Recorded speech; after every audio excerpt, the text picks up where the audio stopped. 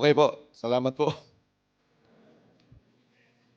Ah, ang assignment ko po ay giving by sacrifice.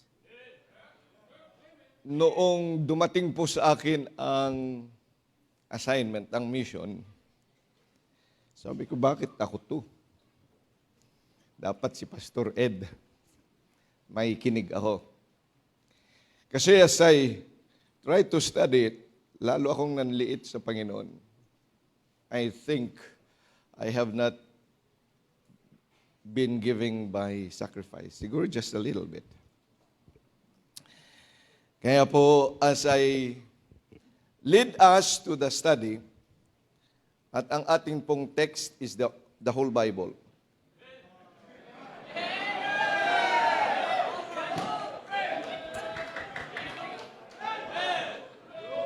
So I will forego the reading of the main text because the Bible is the text. Kaya buksan nyo lagi yung Bible nyo. Pag isinara nyo na, ibig sabihin, ayaw nyo na akong pagsalitain. Mga ilang oras po tayo? Okay. Iyan yung tanong na ayokong sagutin ako. Pero I'll try my very best to be terse and to be able to give you the Word of God. Dala nyo ba Bible nyo? Sigurado, anong Bible yan? Baka naman hindi King James Bible. The King James Bible is the inspired Word of God. Kaya sa mga bago naming mga kamag-aral, kaya tawag niyan ay scriptures kasi written. So script and the script must be followed. Otherwise, magkakandabuhol-buhol. At kagaya sa Kongreso. Okay, anyway. Dapat well-written yung script para hindi magkasira-sira.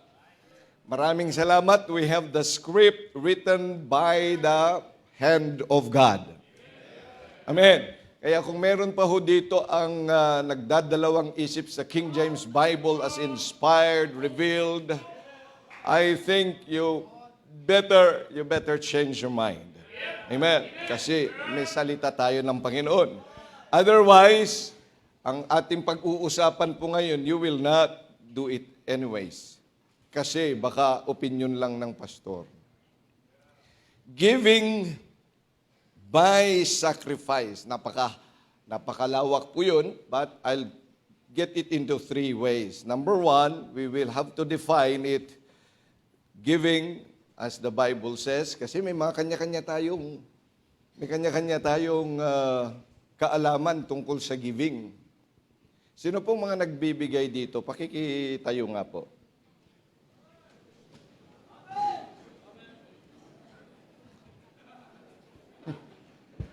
Sala. Amen. Thank you. But, pag sinabing thank you po ay hindi upo. You may sit down. Okay? Sino po ang nagbibigay, sino po ang nagsasakripisyo dito? Pakitayo.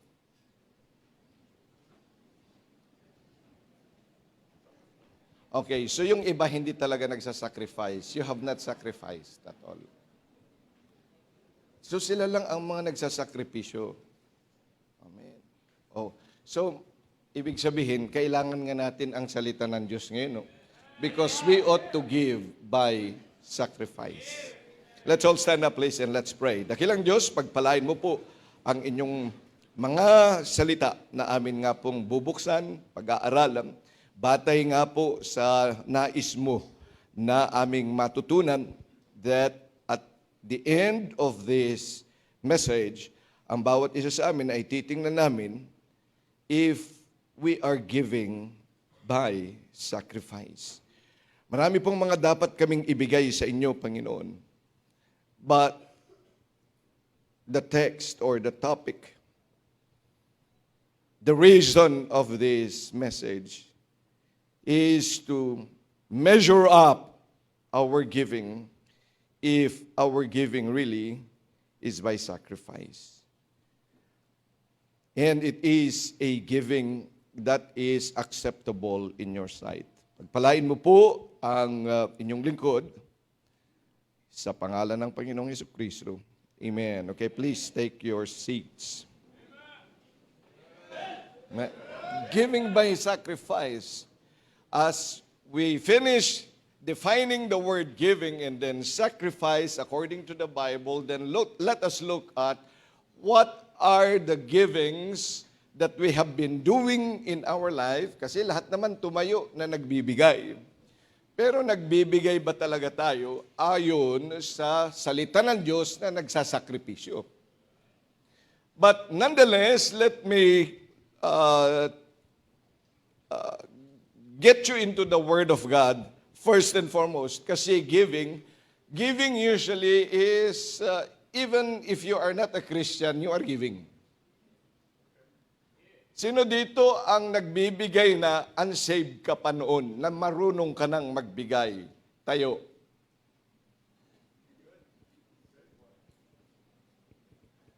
So, mga unsaved pa kayo?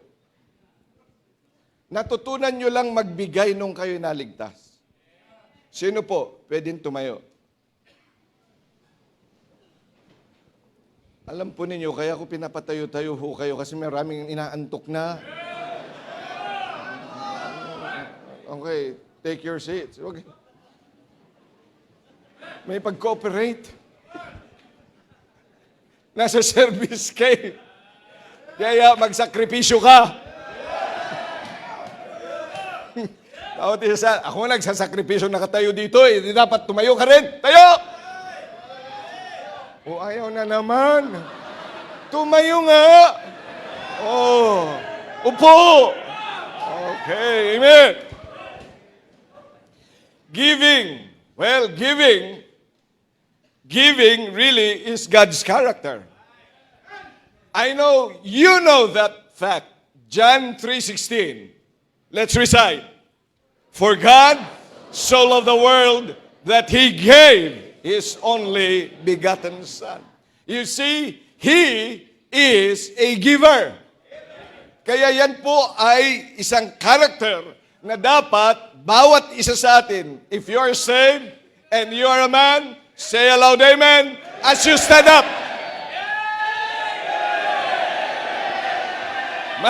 Okay. So if you are saved, then you have a new life. God has given us eternal life. It was not your and my doing, kaya ako ay nagkaroon ng eternal life. God gave eternal life. He did not only give my physical life, the breath that I breathe today, but even my spiritual life, it was God that gave it to me. Ay sabihin mo sa akin, if you have eternal life, then you must be able to understand that giving is really a very natural thing to a born again. Because God gave us. God gave everything to us. Amen.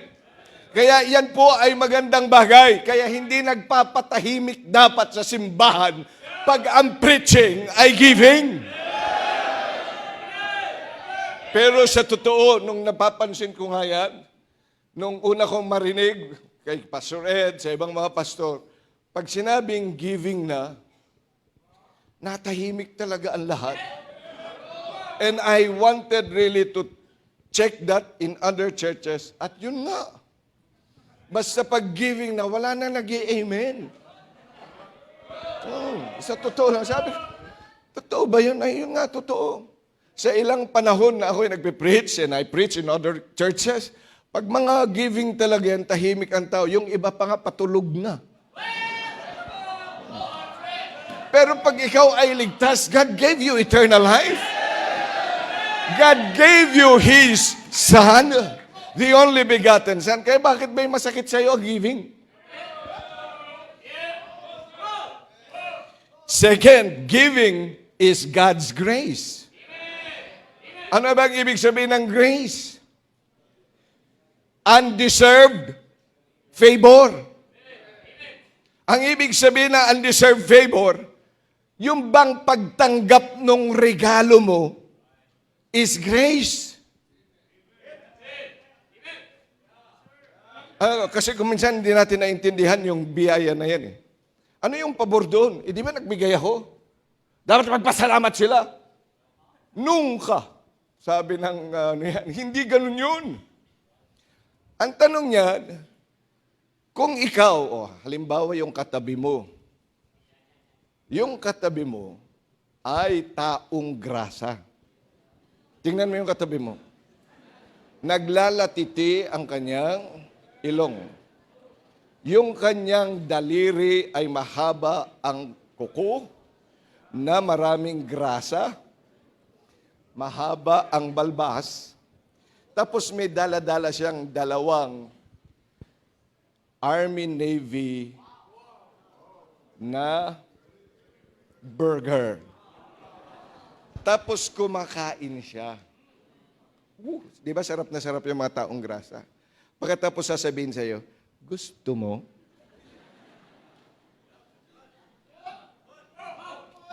Tatanggapin mo? Di ba ayaw mo? Ayaw mo tanggapin yun. Kasi galing sa madumi. At marami sa atin, ganun ang kanilang akala nila sa pagbibigay nila. Ay, God, I have given you this. I have given you that. Tanggapin mo yun. Only by grace. It is God's favor, kaya tinanggap yan.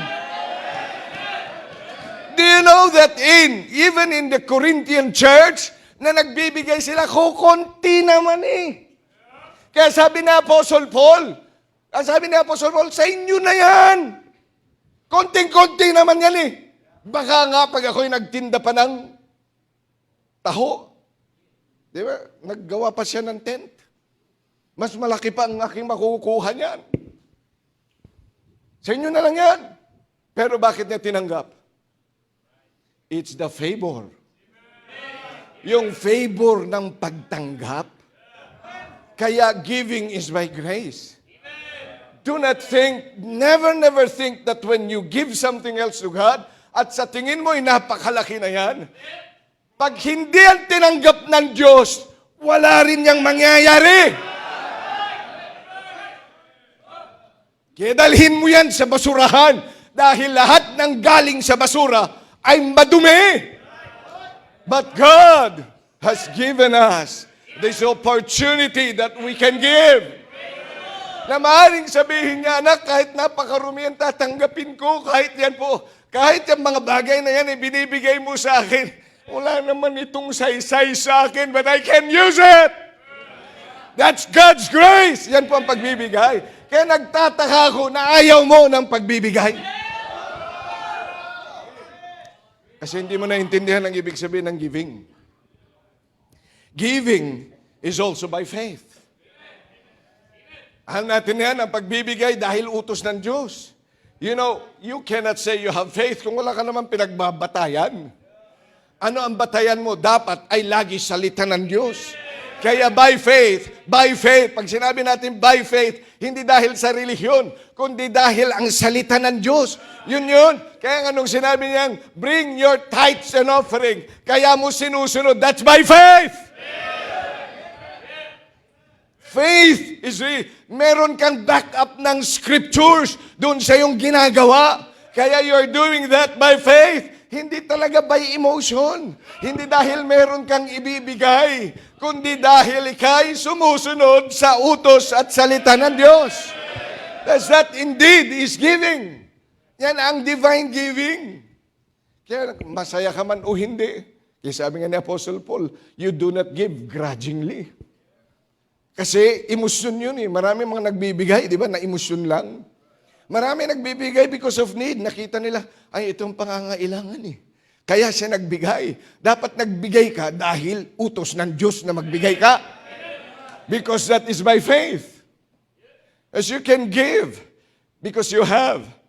But it may not be the giving of God na kanyang itinala sa kanyang salita. That's why when you bring your tithes and your offering, when you come to church, you are supposed to be living by faith. Ba't ka nakikinig ng salita ng Diyos? Are you living by faith? Utos ng Panginoon, makinig ng salita ng Diyos.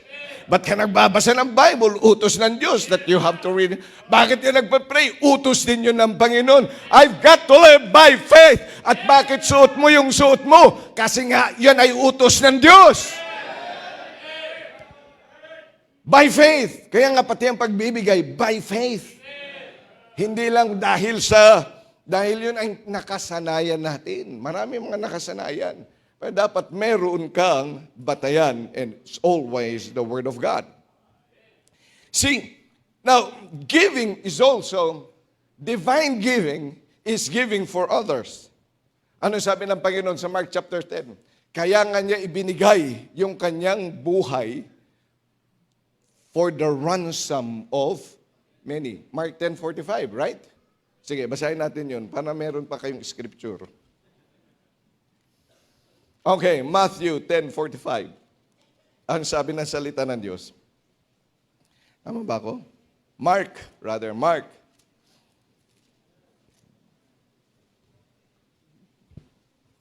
For even the Son of Man came not to minister unto, but to minister, and what?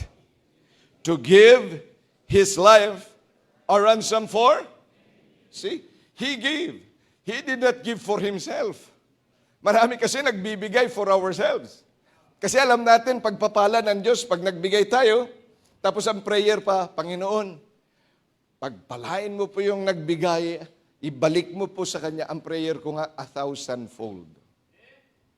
Hindi na lang 100-fold, 1,000-fold, Panginoon. Sobra-sobra mo pa. And many people give. Kaya meron nga noong nagbibigay ng tithes na noon, bakit kaya kami? Lalo kaming nasasadlak sa financial crisis. Nagbabalik naman ako ng tithes. Di ba sabi ng Panginoon, ibabalik niya. Ay, nagbibigay ka kasi, mali ang iyong, mali ang dahilan mo. Dapat ang dahilan mo, utos ng Diyos. Dahil ang dahilan mo ay biyaya ng Diyos. Dapat ang dahilan mo ay dahil nga ang Panginoon ay nagde-delight niyan at ang Diyos mismo ay nagbibigay. Ano ba talaga pakinabang ng Diyos nung binigay niya ang buhay niya para sa atin? Sa tingin mo, anong pakinabang niya sa iyo? Wala naman siyang pakinabang sa atin. Siya pa nga ang nag-aayos sa atin. And we are still unto perfection. Hindi ba kayo lahat tayo, sabi nga ng Panginoon, He called not many wise men. Anong kanyang mga tinawag? Ayon sa 1 Corinthians, mga fools. Ano bang fools sa Tagalog? Sabi saya, buang. Kaya yung katabi mo, buang yan. Yung pastor na, mga pastor na nagsasalita, mga buang din naman yan eh. Pero binigyan ng wisdom ng Diyos. So you see, it all comes from God. Kaya sa pagbibigay mo, huwag talaga tayo magmamalaki. At saka hindi dapat yan vested interest. Marami nagbibigay for vested interest. If I give you this, maganda yan. Kagaya niyan, if you do good things today, and then it will come back to you tomorrow. Marami mga ganyan. At yan, hindi nila alam, that is a Chinese proverb. Ayun ang ginagamit nila. Yung kanilang katuruan na karma. Yan. But we are not supposed to be that way. Hindi dapat ganun ang isip mo. Amen. Hindi ka nagbibigay kasi marami ka din ay matanggap. Kundi nagbibigay ka kasi it is a natural thing to do. God! Taasan mo naman ang iyong kaisipan tungkol sa pagbibigay. Na yan ay nature ng Diyos, na yan ay biyaya, na yan ay pananampalataya, na yan ay para sa iba. To help. Na kahit ganito tayo, ay may matutulungan tayo. Amen? So, that is giving. Yan po ang biblical na klase ng giving. Kaya kung may mali kang kaisipan ngayon tungkol sa pagbibigay mo, ay dapat baguhin mo. At gagamitin natin tong mga kaisipang ito as we look at our giving in the last part of this message. Okay? Second thing, let's go to sacrifice. Kasi sinasabi na giving by sacrifice. So kailangan mag-aral ako tungkol sa sacrifice. At ang sabi ng Hebrews chapter 11, tingnan po nyo, Hebrews chapter 11, by faith, Abel, verse number 4, by faith, Abel offered unto God a more excellent sacrifice than Cain, by which he obtained witness that he was righteous, God testifying of his gifts, and by it, he being dead, yet what? Kaganda naman ng talang yan, no? Tungkol sa kanyang uri ng sakripisyo. Ano yung sakripisyo na yan? It was actually a slaughter. Ano yung in-slaughter dyan? The firstlings. Amen. The firstlings and the fat thereof. Yun ang ibinigay niyan. May buhay. Kailangan tumigis ang dugo. At hindi lang yun. Pag sinabi nating sacrifice, it's not just a slaughter, but it is also something that is wholly consumed. So hindi lang yung kinatay, kundi yun din ay sinunog. Hindi prinito. Sinunog yun to be consumed at isa'y maging abo. Yung prinito kasi iba yun di ba? At maraming ang prinitong Kristiyano dito. Pero yung naging abo, that's another thing. Yun talaga ay sacrifice. Hello? Must be consumed. Yung walang-wala na. Abo na lang ang natitira. At yan din, pag sinabi nating sacrifice, it's really a gift that is needed so that you can approach. Para makalapit ka, kailangan yan. Kailangan masunog muna yan para makalapit ka. Tingnan, sabi ng Leviticus chapter 3. Leviticus chapter number 3. Leviticus chapter number 3 in verse number 7.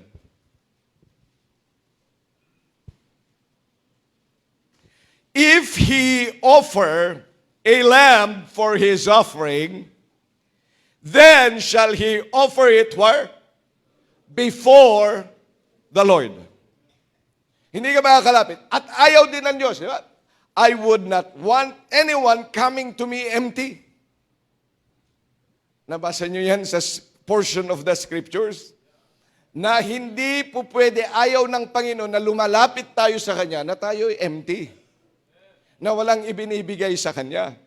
3 times in a year, sabi ng Panginoon, in the Old Testament, 3 times in a year that your man come to me, and they shall not come to me empty. Hello? Kayo mga walang ibinibigay, biro mo yan, nakanektay ka, ganda ng suot mo. Ikaw naman ay naka-lipstick pa. May net ka pa sa paa.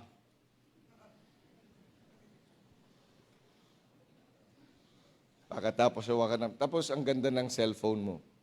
Huwag kang mang binibigay sa Panginoon. Ayaw ng Diyos yun. Siguro tuwan-tuwa ang mga tao sa'yo pag dumarating ka na kasi pang Miss Universe ang dating mo. Pero kahit kailan, ang Diyos ay nasusuka sa pagdating mo. Kasi nga, wala ka naman dala. Ang dala-dala mo, problema. See, pag sinabi natin sacrifice, something that is consumed. Tingnan mo yun, something that is with life and then you make it lifeless. Yun yung sacrifice. Hello? Kaya yung sacrifice na yan, ay, pag yan ay may buhay, dati may will yan eh, may will. Di ba? Yung mga tupa, may will din naman yun eh. Yung mga kambing, di ba, may will din yan. Kaya pag yan ay hinihila mo, lalo na yung mga kambing, ang hirap talaga yan pasunurin. Kahit kailan talaga yung kambing na yan. Galit na galit ako. Mga 7, 9 years old kami, sabi ng lolo ko noon, nandun kami sa probinsya, kunin mo na yung kambing doon at nang maiuwi na. Aba, di kinuha ko ang kambing. Ang bihira ng pagkatanggal ko hindi po yung nakatusok na ganyan. Nakatusok. Pag gaganyan ko, ang bihira ako ang una niyang hinila. Hinila ko pabalik, pagkatapos hawak ko yun, pagkatapos hinihila ko kasi iyak nang iyak ako noon. At tinatawag ko si lolo ko. Kasi yung mga kambing talaga, hindi marunong sumunod, no? Para mga Kristiyano lang.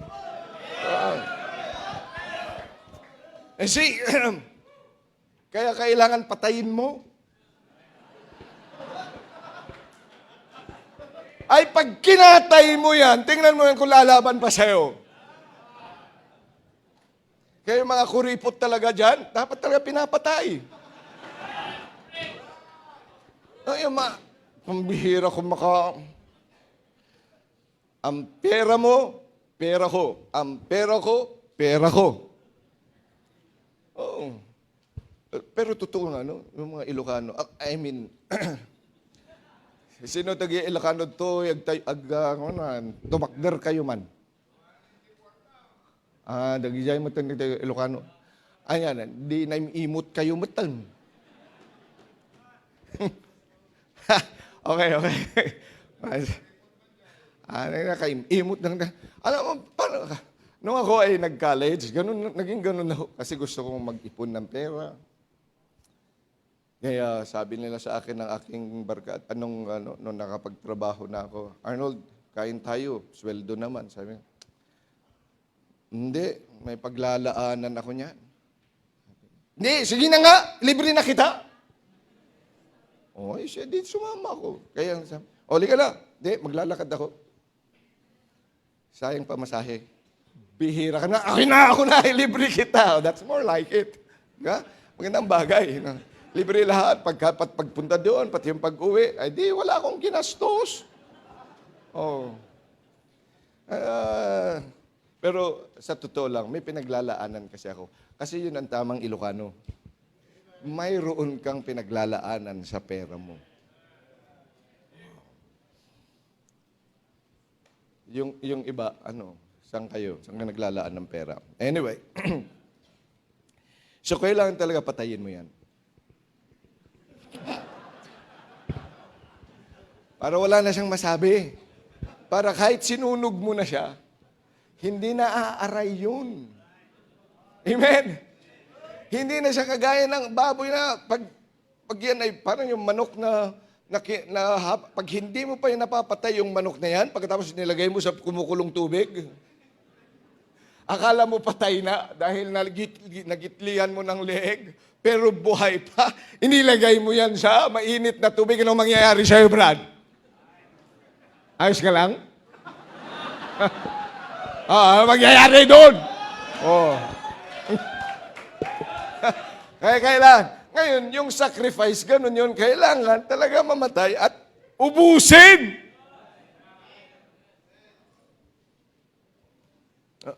Huwag niyang kalilimutan yung definition ng Bible na yan.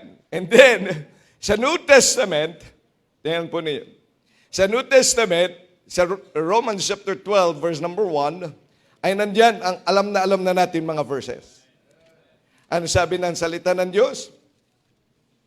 Present your bodies a living sacrifice, holy, acceptable unto God, which is your reasonable service. So ngayon, yung katawan din naman. Kaya hindi po pwedeng kaluluwa lang o kaya yung isip ko. Pastor, nandyan naman yung isip ko, nandun yung puso ko. I feel you, Pastor. I feel the need. I can sympathize with you. Wow! Andun po yung isip ko, andun yung puso ko. I'm praying for you. Hindi baga, prayer is the best thing that you can do. Pero ang sabi ng Bible, ang sacrifice, your body. Your body is a living sacrifice. It's your reasonable service to the Lord. And pag sinabi nating sacrifice, it must be church-based. Hindi po pwede doon sa labas. Amen. Kaya dapat nasa simbahan. Kaya nga nagtatag ng Panginoon ng simbahan para mayroon kang paglalaanan ng iyong sakripisyo. Outside the church is not sacrifice in itself. Kahit pa ikay magbigay ng napakalaki sa kawang gawa, ay hindi ho yan tinatanggap ng Diyos dahil dapat sa simbahan. Kaya dapat may simbahan ka. Do you have a church? Do you have a church where you belong to? Then, you must be able to give by sacrifice. Amen. Kaya dapat andun ka. Now, knowing all these things, tingnan na natin, are we giving by sacrifice? Try nga natin tingnan yung ating sarili. Nandito ka na rin lang. Huwag mo akong tulugan, ha? At huwag mong gagamitin ito para sa iba. Gamitin mo ito sa iyo. So ano bang mga dapat nating ibigay? Number 1, pera. Oh, pera naman eh. Sino pong may pera dito? Pakitayo.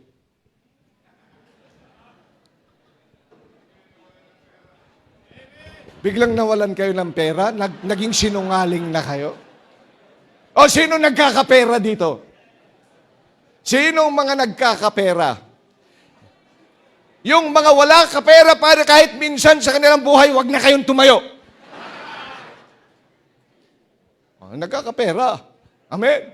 Okay.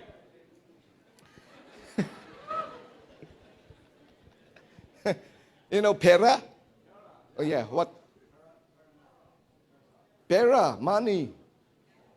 Oh yes, pera. You give money to the Lord. Amen. Okay, take your seats. Tanong ko, para saan ba yun? Alam mo, yung nagustuhan ko dito sa offering envelope natin, nasabi nung umpisa, makita ko, bakit ba ang dami-daming giving dito sa CBBC na to? Kaya yung iba, ang ginagawa nila, pag naglalagay sila, ano yun, yung 100, pipilitin nilang lagyan lahat, tigpa 5, 5, 5, 5, 5, 5, 5, 5, 5, 5, yan.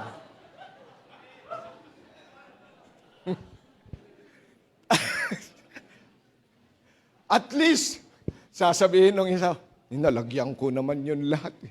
They am giving sacrificially. Hoy! Hindi yan sacrificial. Ang unang-una kong tinitingnan, siyempre, yung tithes, di ba? Amen? Kasi yung tithes, ang ganda niyan eh. Ibig sabihin, yun yung natanggap mo. 10% nung natanggap mo sa nakaraan. Alo, bakit? Sabi ko na nga, pag tithes talaga, itong lang tithes. Yeah, tithes. Amen? So kung may tithes ka no 100, ano ibig sabihin? Naka 1,000 ka nung linggong yun. Gusto mong mag-tithes ng 100,000? Di ibig sabihin, ang natanggap mo ay 1 million. Amen. Kaya yun talaga tinitingnan ko at kapag ako'y nagpe-pray sa mga members, I do look at them. Ay, sinabi ko. Okay. Pero pinagpe-pray ko kasi na, Panginoon, sana ito ay palakihin mo as the years go by. Kaya makikita mo mga dati estudyante, high school, pagkatapos nag-college, pagkatapos yan ay naging working, makikita mo yung gradient, yung pag-gradual, yung paglago ng kanilang tithes. Ibig sabihin, pinagpapala sila ng Diyos. Kaya sa bata pa lang, dapat na ituturo talaga yung tithing na yan. Amen. Ay, yung iba kasi ang kanilang thinking. Iba nilang tinitingnan ang gulo. Parang mga 12 spies, yung 10, na pagtingin nila doon sa mga kalaban nila ay mga giants. Pero nung tiningnan naman ni na Caleb at ni Joshua, binaliktad nila yung largabista. Kasi yung paglargabista mong ganyan, yung natural, lumalaki talaga yung mga tao, tama. Pero sila, binaliktad nila. Tinignan nila, liliit naman pala eh. Ay, mas maliit nga. Ay, ganun din naman, maging sa tithes. Hindi mo titingnan sa laki, kundi titingnan mo yung yung natanggap mo pa. Amen. Is the 10%, just the 10% of it. At mind you, yan ay sa Diyos. Not mine and not yours. It is God. That's our partnership with the Lord. Kaya nga may stewardship tayo. Kaya dapat yan maging faithful sa pagbabalik ng tithes mo. At kahit ayaw mo yan, kasi hindi ba sa Old Testament, sino may sabing sa Old Testament, di ka nag-aaral ng Bible mo? Nasa New Testament din yan. Turo din yan ng Panginoon. Ano sabi ng Matthew chapter 23, verse 23? Sa mga nagtatanong. Kasi sabi nung isa, Pastor, sabi nung isa kasi, hindi ba kasi Christ is the end of the law? Ibig sabihin, natapos na daw yung batas. Sino may sabi? Na Christ Christ ended the law. Rather, that's the word. He ended the law, so tinapos daw niya, kaya wala ng tithes. Sino may sabi sa'yo, Christ is the end of the law. Ibig sabihin, yung batas gagawin mo para sa Kanya. Looking forward to Christ. Kaya nung nagtatites ka, you are looking forward to Christ. That He is the first fruits. That He is the first. That He is the best. Kaya habang nagtatites ako, kahit pera pa lang itong binibigay ko, I know that this represents the best. The best and the best is Christ. Kaya sabi nga ng Panginoon sa Matthew 23:23, di ba? Yung mga pariseyong to, kayong mga pariseyo, nagtatites kayo, tama? That ought to be done. Dapat ginagawa talaga yan. Pero dinagdagan na ng Panginoon, but do not also forget the weightier matters of the law. Gawin mo pa rin yun. Kaya pinagagawa pa rin, mag-tithes ka pa rin. Because that is really, you're looking forward to Christ. That's makikita. So, the tithes, pagkatapos, andun yung love offering. Sabi, ano bang gamit kasi sa love offering? It is para sa pag-ibig. Ano pa? Faith promise offering. Amen. Tapos may transportation offering. Tapos may building offering. Ano pa? First fruits. Ano pa? Ayun na, faith promise. Yung faith promise. Faith promise. May others pa. Sabi nung iba, bakit naman ang dami-dami nito? Kasi tinutulungan ka magsakripisyo. Kasi di ba ang sacrifice is giving for others? Amen? Imbis na para sa'yo, para sa kanila. Di ba ang sacrifice, ano bang giving? Giving of your money. Dapat, ubos na ubos.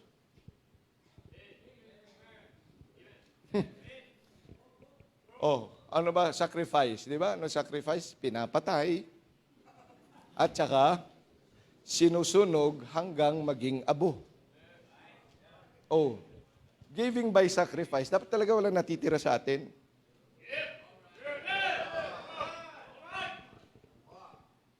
Yung pera natin walang natitira? Noong una, talaga mahirap mag-tithes, pero na-practice ko yung tithes. Pag nagbigay ka ng first fruits mo, wala natira para sa isang buwan. Ano? Yung iba ayaw mag first fruits. Nagpa-first fruits ba kayo? Yan mga nagpa-first fruits, pwede bang makikitayo? Sabi ng iba, ano ba yung first fruits? Kapag sumisweldo ka, isang buwan ng buong sweldo mo, bigay mo sa Panginoon. At dapat yan ay yearly. Amen? Take your seats. Wow, marami-raming nagpo-first fruits. Amen? Kami, meron din kaming Treasure Offering Sunday. Ano naman yung treasure na yan? Yung treasure, the best. Dala ka. As meron din kaming Christmas gift to Jesus. Pag December, kinopya ko yun sa inyo. Pinagpapatuloy ko lang. At magandang bagay yun. No? Nagagamit sa gawain ng Diyos. Now, tanong, saan may yung faith promise? Love offering, hindi ba'y para ito sa mga tao? Para sa iba? Yung faith promise? Kaya tanong ko sa iyo, nagbibigay ka ba talaga sacrificially dito sa mga bagay na yan? O pinipilit mong hilahin yung gusto mo lang ibigay sa Diyos? Yung iba pa nga, baka tithes na nga lang yung inilagay, tapos lahat-lahat na. Pati yung tithes niya, 10 pesos, 10 pesos, 10 pesos, 10 pesos, 10 pesos. Yun! Hello? Kung sa pagbibigay mo, talaga ba sacrifice? Nung narinig ko din kay Pastor, kapag merong, ano ba yun, yung giving na yung income nyo ay unexpected, hinahati nyo. Ginagawa ko rin yun. Tapos may nagtanong sa akin, sabi, hinati pala, nasaan na yung kalahati? Sabi sa akin. Oo nga naman, napag-isip ko, saan ko nga ba inilalagay yung kalahati? Then, napagtanto ko, doon pala, ay iniipon ko yun para sa first fruits, para sa treasure offering, para sa aming Christmas gift to Jesus, mga malalakihang pagbibigay. Para saan lahat yun? Kaya ho, sa totoo, hindi ko rin alam sa iba, pero lahat na nakikita nyo ay lahat ay bigay. At kung magagalit lahat na nagbigay, at gustong bawiin ang lahat ng mga yan, alam nyo na ang mangyayari. Sa totoo nga, nakita ko, ganun pala yun. I'll challenge you. Hindi talaga kami ginutom ng Panginoon. When you learn to give by sacrifice your money. Sa totoo. Kita ko sa pastor, nakita ko sa marami. Nakikita ko na mga buildings pinatatayo. Sabi, naluluha ako. Saan nanggagaling lahat ng mga yan? It's because people are learning to give by sacrifice. Ano yung binibigay nila? Pera. Pangalawa, anong binibigay natin? Talent. Yung talent mo ba talaga, yung skill mo, binibigay mo by sacrifice? O paano lang? Ano man tawag niyan? Sumpong-sumpong lang. Pag choir member ka, di ba? Kakanta ka. Binibigay mo ba talaga yung best? Sinusunog ka ba talaga dyan? Inuubos ka ba ng practice? Nauubos ba yung buhay mo dyan? O saan nauubos talaga? Habang nagpa-practice ka, nag-aaral ka ng iyong mga exam. Ayaw ko talaga yan. Kapag yung nasa oras na yan, ibigay mo yung best. Pag ikaw ay nasa simbahan, ibigay mo yung oras mo. Nakikinig ka na rin lang, ubusin mo dyan. Bakit meron ka pang ibang iniisip? Ubusin mo yung oras mo doon. Kaya wala kang makuha. Kasi abala yung isip mo sa iba. Yung puso mo nasa iba. You are not being consumed with what you do. Oh, nag-soul winning ka. Pero half-hearted, hindi ubos. You're not doing it by sacrifice. Nagbigay ka ng oras mo para sa soul winning. Nagbigay ka ng oras mo para sa mga ministries. Pero hindi by sacrifice. Hindi ka naman nauubos dun eh. Saan ka nauubos? Dun sa Mobile Legend. Makikita mo, ay pambira, 12:00 na pala. Pero bakit pag nasa simbahan, nakikinig ka, pambihira. Ay, naku, tagal-tagal naman. Kailan ba yan matatapos? Malapit na. Pang last point na ako after this. Kundi bawas. Yan. Pero yung oras mo, dapat bigay mo ng best. Dapat nauubos yung oras mo doon. Pagkatapos, you will have other time for others. That's why when a pastor preaches, he would preach the best.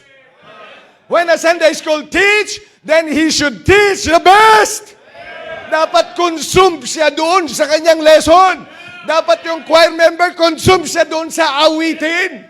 Hindi ang layo niya doon sa awitin, kundi nandun yung buhay niya. Yan ang bilang mga mananampalataya. That's why the soul winner, when he wins a soul, he is there. Pag sinabi niyang ikay pupunta sa impyerno, nararamdaman niya yung impyerno. Pag sinabi pupunta siya sa langit, nararamdaman niya na doon siya sa langit. Ay, paano hindi sila maniwala sa iyo? Para kang politiko. Nagsasabi ka na nga ng totoo, pero hindi maramdaman sa iyo. Hindi makita sa mata mo. Hindi makita sa iyong kasigasigan. And then the third thing, how about your life? Yung buhay mo. Saan mo yan uubusin? Yung future mo. Your future. Saan mo yan gagamitin? Alam mo, many of us are sacrificing so much for our future. Anong future bang iniisip mo? Anong future mo? When you give your life full time sa gawain so that you can, focus para i-prepare ang puso mo at buhay mo in the long run to become a missionary. In the long run to become a pastor. In the long run to become a pastor's wife. In the long run to become used of God in other places. Will you be losing your life? Ang dami nating preparasyon sa mga future natin. Ang nagsasakripisyo tayo sa mga future natin. But I tell you, ladies and gentlemen, that preparing and sacrificing for the future, for God's work is the best. Dapat doon na tayo nagsasacrifice in the first place. When you end your life today, anong future ang iyong talagang pinaglahanan? Sasabihin mo bang sayang, sana binigay ko na?